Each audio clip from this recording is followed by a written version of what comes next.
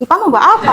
Saya penasaran dengan saya istri mata ini. Karena dari dulu dia lupa selalu bawa uang yang dia jaga dia ini. Selalu uang.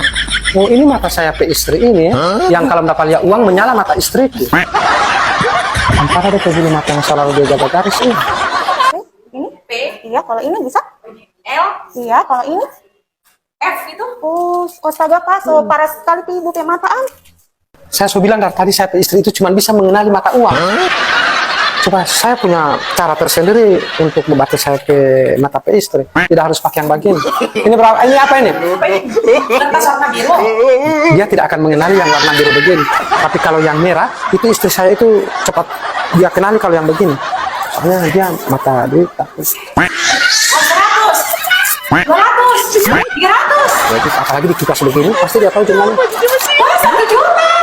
1, 2, 3, 4, 5, 6, 7, 8, 9, 10. 1 juta menyala mata istriku. Masalah uang dia memang apa perlu pakai kacamata.